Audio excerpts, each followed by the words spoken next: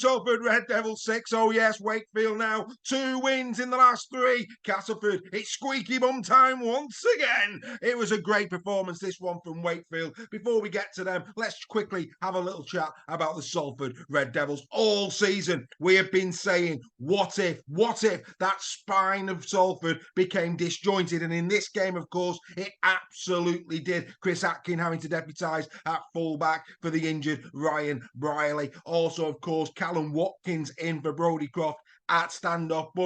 Borough was in at hooker instead, of course, Andy Ackers. It was all over the place, wasn't it, this particular team by the Salford Red Devils, and it allowed Wakefield to do to Salford what Salford do to so many: strike from deep. They were outstanding, Wakefield. They punched holes time and time again through the Salford Red Devils. These are really now critical moments for any Salford fan. Next up for you, the Leeds Rhinos, then it's the Lee Leopards. Both of those at home, thankfully. Then they go away to Perpignan and Catalan, and then it's St. Helens at home. 4 games that could easily go either way.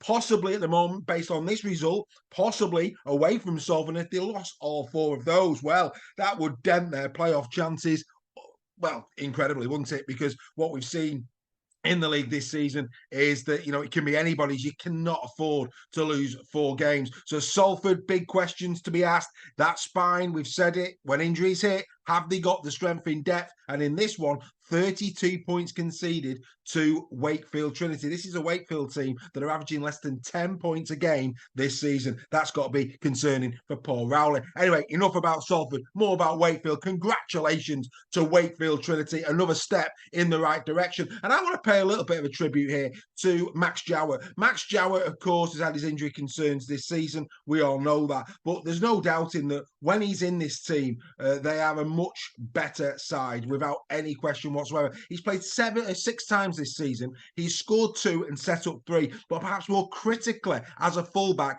0 errors. Max Jowett, an absolute safe pair of hands in this game, setting up 2 tries as well. Absolutely brilliant. Reece Lynn in his testimonial season, of course, going in for a try in this one. And I was also impressed with Will Dagger playing at standoff in this one. So again, Wakefield had to move the pieces around, and Will Dagger took his try really, really well. Luke Gale, we've been waiting for Luke Gale, of course, to arrive in Super League, and I have to say his kicking game in this was exceptional. 18 kicks in general play for him, 8 attacking kicks, and they were pinpoint. And Salford just couldn't live with Luke Gale. He did to Mark Sneed what Mark Sneed does to other teams. So it was a really contrasting game, this.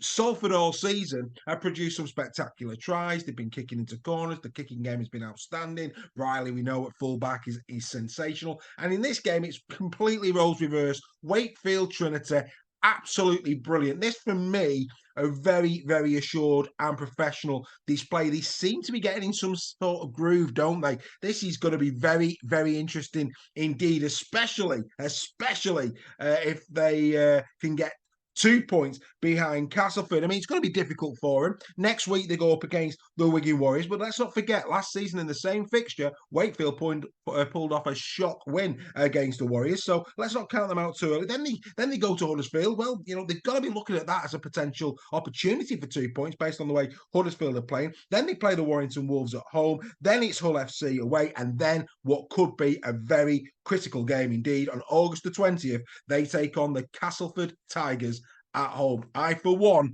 will be watching that one with great interest, especially if it is close. So what a game. What an unbelievable game. Well done to Wakefield Trinity. Well done to all you Wakefield Trinity fans who've stayed loyal all season to your team. Best luck for round number 18. That's been In the Sheds. We'll see you next time.